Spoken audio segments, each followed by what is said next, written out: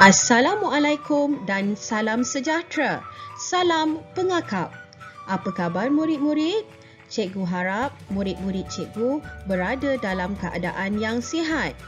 Pada hari ini, kita akan belajar isyarat sulit pengakap. Murid-murid dah sedia? Jom, mari kita mulakan. Isyarat sulit pengakap digunakan semasa pengembaraan di dalam hutan. Ahli pengakap perlu mempelajari isyarat sulit ini supaya apabila tersesat di dalam hutan, kita boleh memberikan panduan kepada ahli lain untuk menjejaki kita dengan mudah. Isyarat sulit ini boleh dibuat menggunakan batu, rumput, ranting, kayu, lorekan pada tanah dan sebagainya. Murid-murid dah sedia? Jom, mari kita lihat satu persatu. Isyarat yang pertama ini bermaksud jalan terus. Ia dihasilkan dengan menggunakan 2 biji batu. Batu yang bersaiz besar diletakkan di bahagian bawah, manakala sebiji batu yang bersaiz lebih kecil ditindih di bahagian atas. 2 batu yang bertindih ini bermaksud jalan terus, tetapi kita boleh meletakkan sebiji batu lain sama ada di bahagian kanan atau kiri untuk menunjukkan arah. Contohnya, isyarat ini bermaksud ikut kanan kerana batu kecil diletakkan di bahagian kanan. Isyarat ini pula dihasilkan dengan menyusun batu-batu kecil membentuk anak panah. Isyarat ini bermaksud ikut jalan ini. Isyarat anak panah tadi juga boleh dihasilkan dengan menggunakan kayu. Ia bermaksud ikut jalan ini. Isyarat yang seterusnya dihasilkan dengan menyusun beberapa biji batu mengikut saiz daripada yang paling besar kepada batu yang paling kecil. Isyarat ini bermaksud ikut arah batu kecil. Isyarat yang seterusnya bermaksud ada surat rahsia dalam jarak 10 langkah mengikut arah anak panah. Isyarat ini boleh dihasilkan dengan menggunakan kayu atau batu-batu kecil. Isyarat ini bermaksud ada bahaya di hadapan.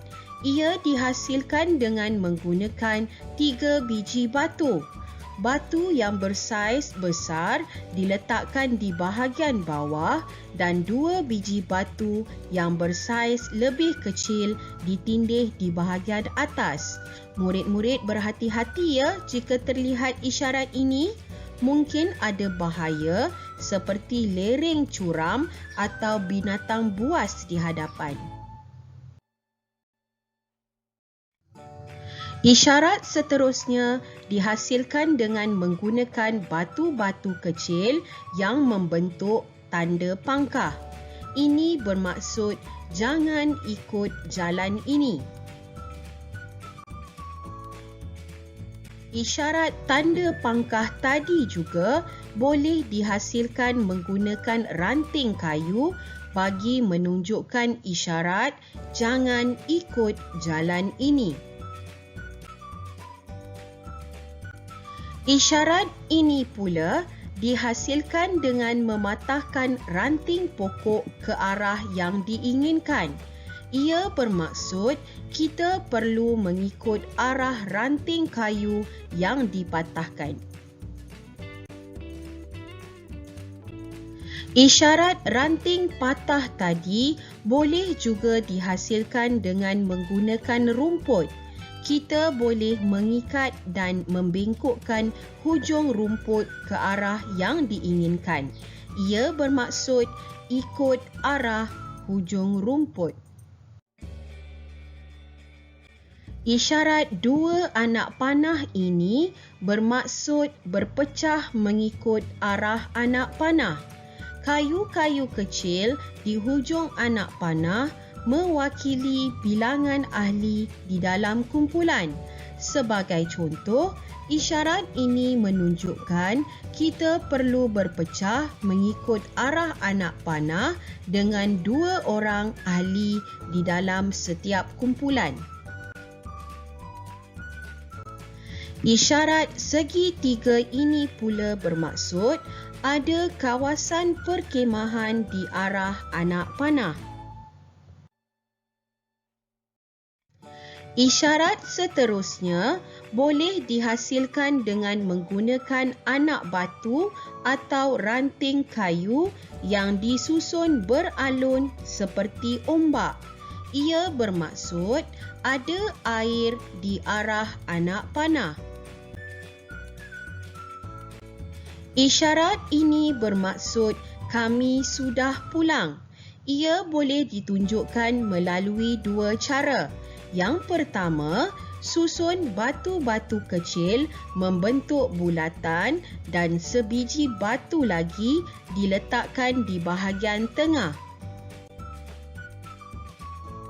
Cara yang kedua untuk menunjukkan isyarat kami sudah pulang adalah dengan menggunakan kayu dan batu kecil diletakkan di bahagian tengah.